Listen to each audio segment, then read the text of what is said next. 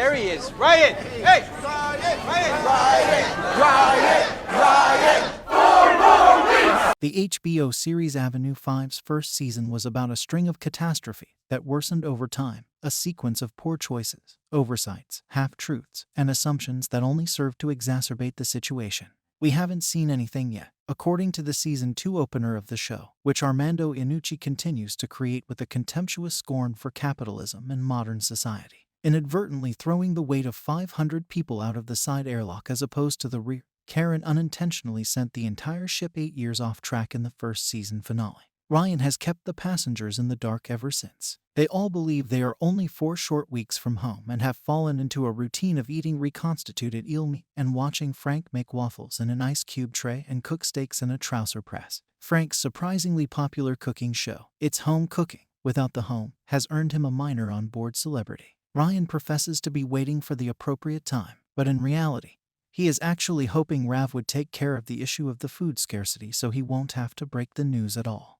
Rav's only solution, though, is to lock half of the passengers in the ship's bowels and starve them to death while the other half remains well-fed. She uses stickers to explain the plan, with labels like the Guaranteed and the Pioneers. Nobody considers this a good idea, least of all Ryan, but it might be the only option to keep everyone alive. And this, somehow, isn't even the worst news of the episode. Since several parties are all intending on doing the same thing, the key question of no one wants an argument about reality becomes who is going to notify the passengers and how they could be notified. While Matt, who is still by far my favorite character, wants to utilize Frank's program to spread the news in a more digestible way, Ryan determines to tell them the truth. However, when he and Rav go to ask for this, they unintentionally tell Karen that no one knows what she did. This is terrible news for Karen because Frank had kept her confined in the room for the whole time by making it seem like everyone on board intended to murder her. The vow is to have and to hold, not hold hostage, Matt says, rather brilliantly. But one must also take into account what is happening on Earth. The second season is shaping up to be more focused on this than the first, when it was always more of an afterthought. Iris has returned and found that the situation there is far worse than she had anticipated.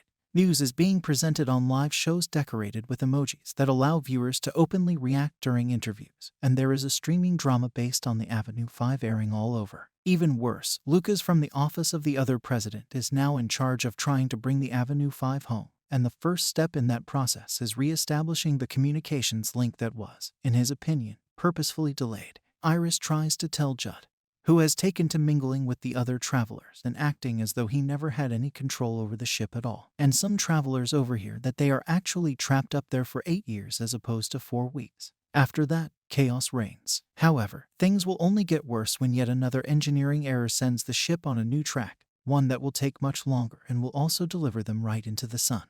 Thank you for watching. Please don't forget to comment, subscribe, and give us a like.